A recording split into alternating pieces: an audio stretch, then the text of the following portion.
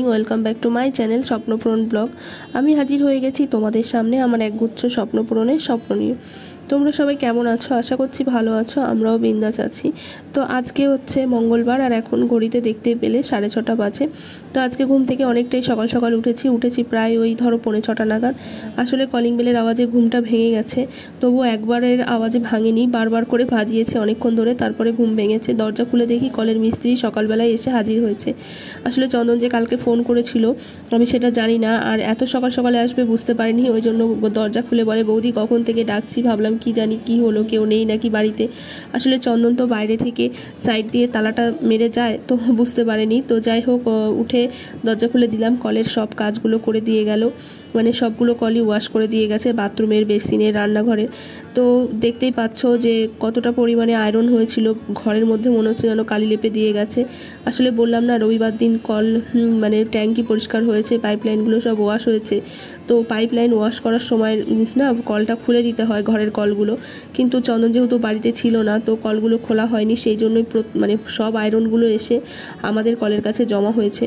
তো যাই হোক করে ঠরে দিয়ে চলে গেছে। তো ভাবলাম যে না আর শুতে ইচ্ছা করছিল, কিন্তু ভাবলাম না আর শোবো না, বেলা হয়ে গেলে কাজ করতে অনেকটাই কষ্ট হবে। তো সেই জন্য ভাবলাম যে এই ছোটো ছোটো এই কাজগুলো সব করে নিই, তাহলে আর দুপুরবেলা কষ্ট করে রোদের মধ্যে কাজ করতে হবে না। যতই ঘরে রোদ না আসুক, কিন্তু এত পরিমাণে তাপ না, আর আমাদের যেহেতু জানলাগুলো সব পশ্চিম দিকে না, মানে প্রচুর পরিমাণে ঘরের মধ্যে রোদ আসে, আর গরমটাও প্রচুর পরিমাণে লাগে গরমে। তার মধ্যে আমাদের ওপরেই তো ছাদটা, বুঝতেই পারছো, 3 তলার ওপরে প্রচুর পরিমাণে গরম হয় আমাদের ঘরে।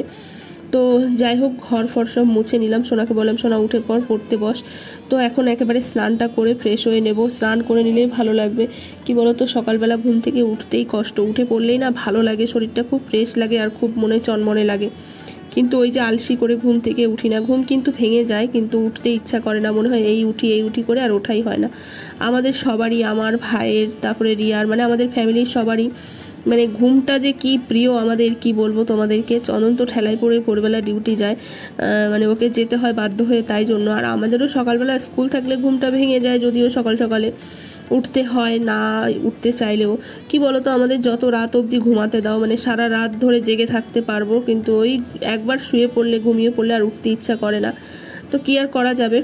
যাই হোক, এই যে স্নান করে একেবারে জামা কাপড় কেচে কুচে নিয়ে আসলাম, কারণ হচ্ছে কালকে যেহেতু এসে না জামা কাপড়গুলো কাচার মতো আর ক্ষমতা আমার ছিল না, খুবই কষ্ট হয়ে গেছিলো, সেই জন্য জামা কাপড়গুলো সব বাথরুমে রেখে দিয়েছিলাম। তো আজকে কেচে ধুয়ে একেবারে বারান্দায় মেলে দিচ্ছি, ছাদে আর যাব না, কারণ ছাদে গিয়ে ওই 2 মিনিট 3 মিনিট 5 মিনিট ধরে ওই মেলতে আমি দেখা গেল জামা কাপড়ের সাথে শুকিয়ে গেলাম।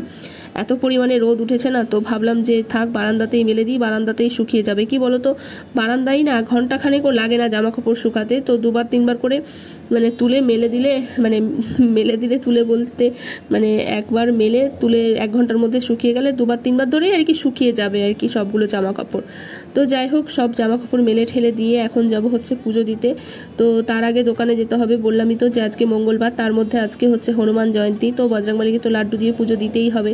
যদিও আমার ফুল নেই ঘরে, ফুল আনা হয়নি। আসলে কি বলো তো, সোনাকে বলেছিলাম যেতে, সোনা বললো মা আমি যাবো না। সোনাকে সত্যি ওর পায়ে যেহেতু নখটা উঠে গেছে না, সেই জন্য আমি আরও জোর করলাম না, আবার কোথায় লাগিয়ে আসবে গুঁতো মুতো ঠিক নেই। আর এত চঞ্চল, জানোই তো কি পরিমাণে চঞ্চল বাচ্চা আমার, মানে ছটপট করে। তার মধ্যেই আজকেও কতবার সকাল থেকে গুঁতো খাইয়েছে ওই আঙুলটার মধ্যে, জানো তো।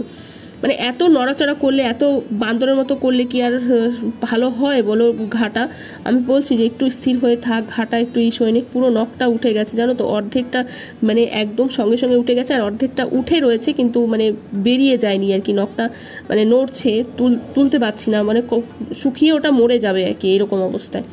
তো যাই হোক আমি নিজেই গেলাম দোকান থেকে এই যে লাড্ডু নিয়ে আসলাম, আর ওপর থেকে কটা তুলসী পাতা, আর ওপরে দেখলাম যে নয়নতারা ফুল টুল রয়েছে কটা টুকটাক, তো সেগুলো নিয়ে এসে এই যে এখন পুজো দিয়ে নিচ্ছি। আর সকালবেলা ঘুম থেকে উঠলে না খিদেও পেয়ে যায়, জানি না কেন। ঘুম থেকে না উঠলে কিন্তু কোনো খিদে কিছুই পায় না। এই যে যেমন ভাইয়ের ওখানে 2 দিন থাকলাম, ঘুম থেকে প্রায় অনেকটাই বেলা করে ওঠা হয়েছে, আসার দিনই শুধু সকালবেলা উঠেছিলাম। তো তখন আর খিদে পায় না। বাড়িতেও কোনো কোনো দিন হয়তো অনেকটা বেলা হয়ে যায় উঠতে উঠতে, কিন্তু তখন খিদে পায় না। কিন্তু যেই সকালবেলা ঘুম থেকে উঠি না, খিদে পেয়ে যায় প্রচণ্ড পরিমাণে। আসলে ঘুম থেকে উঠে তো এক সেকেন্ডও বসে নেই না, কাজ করে যাচ্ছি, আর কাজ করলে তো খিদে পাবেই। তবুও সকালবেলা ঘুম থেকে উঠেই আগে আমি গ্লুকন-ডির জল খেয়ে নিয়েছি 1 গ্লাস, কারণ খুব পরিমাণে কাজ করতে করতে হাঁপিয়ে যাচ্ছিলাম, ঘাম দিচ্ছিল সেই জন্য। তো যাই হোক, এই যে চলে এসেছি রান্নাঘরে। এখন ভাবলাম যে একটু চা করে নিই। চা খেতে ইচ্ছা করছে না গরমে, তবুও কী খাবো বুঝে উঠতে পারছিলাম না। তো সেই জন্য সোনা বললো, মা একটু চা করো, বিস্কুট দিয়ে খাবো। বেকারি বিস্কুটটা দিয়ে চা খেতে ভালোই লাগে। চাটা বিস্কুটের জন্য জল দিয়ে ভিজিয়ে খেলেও হতো, কিন্তু একটু চাটা খেলাম যাতে এনার্জি পাই শরীরে। এমনিতেই সকালবেলা যেহেতু ঘুম থেকে উঠেছি, ফুল এনার্জি আছে শরীরের মধ্যে। তো এই যে সোনার আমি এখন চাটা খেয়ে নিয়ে তারপর রান্না বান্না করব। কি যে রান্না করব, এই রান্না নিয়ে এক জ্বালাতন, জানো তো। নিরামিষের দিনগুলো হলে যেন আরও বেশি পরিমাণে জ্বালাতন হয় আমার রান্না করার। কারণ মাছ মাংস হলে কি হয়, মাছের ঝোল করে নিলে আমাদের হয়ে যায়। আমার সোনার খাওয়া নিয়ে সেরকম কোনো আর যে এটা লাগবে সেটা লাগবে, শুধু মাছের ঝোল বা ডিমের ঝোল বা মাংস যে কোনো একটা পদ হলেই হয়ে যায়। তো প্রথমে ভেবেছিলাম যে আলু পোস্ত বানাবো। কালকের একটু মুসুরির ডাল রয়েছে আর টক ডালটা। তো মুসুরির ডাল আজকে যেহেতু নিরামিষ খাবো, সেই জন্য আমি আর খাবো না, সোনার বাবা খেয়ে নেবে ডাল। তো প্রথমে একবার ভেবেছিলাম যে আলু পোস্ত বানাই, কিন্তু আলু পোস্তর সাথে একটু ডাল না হলে ভালো লাগে না। আলু পোস্তটা শুকনো শুকনোই খেতে ভালো লাগে, ঝোল ঝোল কিন্তু খেতে ভালো লাগে না। তো ঝোল ছাড়া আবার কি দিয়ে খাবো, সেই জন্য এক তরকারি রান্না করবো যেহেতু, সেই জন্য আবার ভাবলাম থাক সয়াবিনের তরকারি করি। তো এই যে সয়াবিন ভিজিয়ে নিয়েছিলাম, আর আলু কেটে নিয়েছি, আর এখানে মশলা করে নিয়েছি। আজকে একটু সয়াবিনটা অন্যরকমভাবে করব। এখানে লঙ্কার গুঁড়ো, জিরের গুঁড়ো, তারপরে টমেটো গ্রেট করা, আদা গ্রেট করা, নুন। তো এই দিয়ে মশলাটা বেশ জল দিয়ে ভিজিয়ে বেশ সুন্দর একটা থকথকে একটা করে নিলাম। তো এখন এই যে সয়াবিনটা একটু নুন হলুদ দিয়ে ভেজে নেব। খুব কম তেল দিয়েছি, যদিও বা তেল মশলা এখন গরমের মধ্যে খাচ্ছি না। তো কদিন আগে তো পেটটা ভীষণ পরিমাণে খারাপ ছিল আমার, খারাপ বলতে শরীর কষে গেছিলো। তো এখন মোটামুটি ঠিক আছে, সেই জন্য তেল মশলাটা একটু কম খাচ্ছি। বলি কম খাই, কিন্তু কম আর খাওয়া হয় কোথায়, ওই তো খাওয়া হয়। তো যাই হোক, সয়াবিনটা ভেজে নিলাম, আর এবার আলুটাও ভেজে নিলাম। সয়াবিন আলু ভেজে নিয়ে তারপর মশলাটা আর কি কষাবো। তো এইভাবে আজকে রান্নাটা করব। দেখা যাক খেতে কেমন হয়। সয়াবিন যেমনভাবেই করা হোক না কেন, সয়াবিন খেতে আমার বেশ ভালোই লাগে। বিশেষ করে নিরামিষ সয়াবিনটা আমার বেশি ভালো লাগে। ওই পেঁয়াজ রসুন দিয়ে আমার ঠিক ভালো লাগে না। পেঁয়াজ রসুন দিয়ে একমাত্র ওই মাংসটা আর ডিমের ঝোলটাই ভালো লাগে। মাছটাও আমার পেঁয়াজ রসুন দিয়ে খেতে একদমই ভালো লাগে না।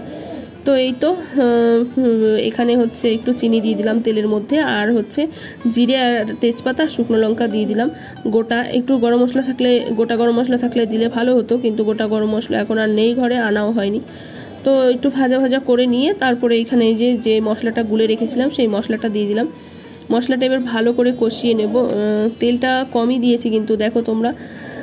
তো যাই হোক, এই মশলাটা ভালো করে কষিয়ে নিয়ে তারপরে মশলা বাটি ধোয়া একটু জল দিয়ে দিলাম মশলাটা কষানোর জন্য। আর এদিকে ভাত কিন্তু আমার হয়ে গেছে, তো মশলাটাও কষে গেছে, দেখো কি সুন্দর তেল ছেড়ে দিয়েছে। এবার ওই যে আলু আর সয়াবিনটা ভেজে রেখেছিলাম সেটা দিয়ে দেবো এর মধ্যে।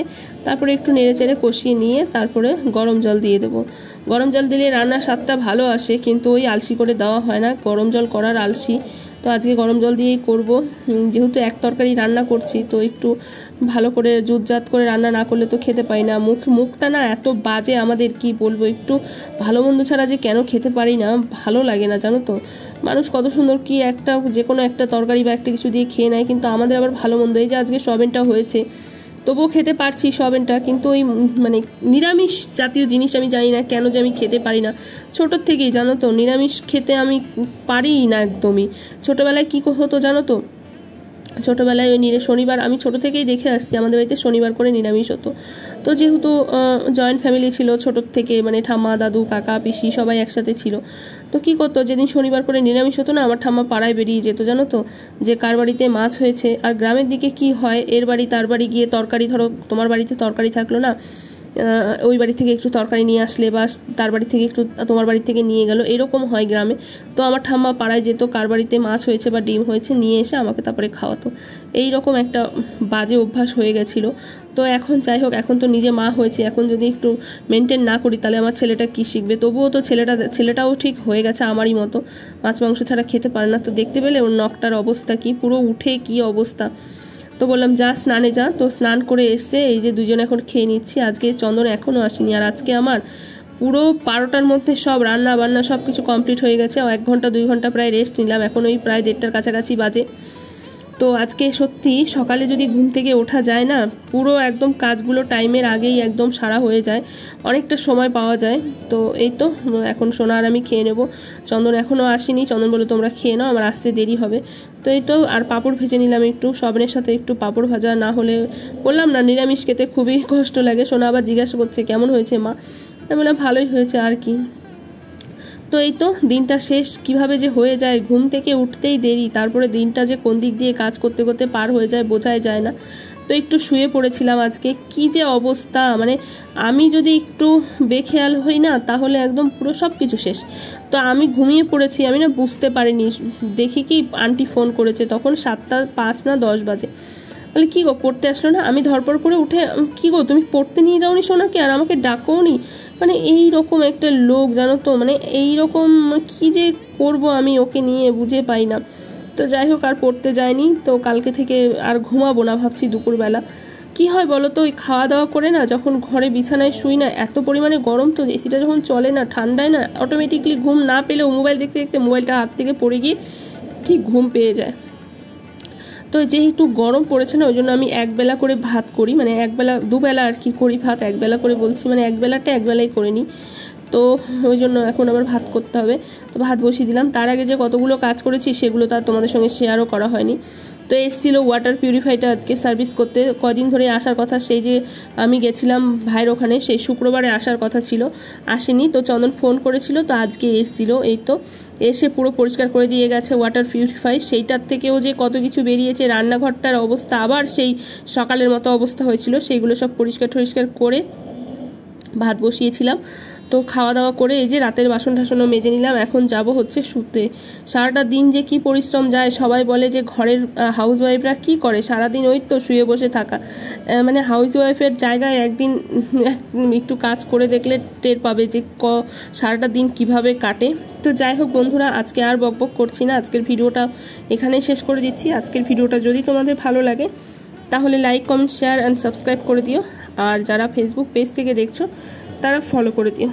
তো চলো বন্ধুরা, ফিরে আসছি নতুন একটি ভিডিওর সাথে কালকে ঠিক 2টোর সময়। ততক্ষণে তোমরা সবাই ভালো থেকো, সুস্থ থেকো, সাবধানে থেকো। চলো টাটা, গুড নাইট। এই যে শুভ, কি যে শান্তি, কি যে শান্তি। চলো।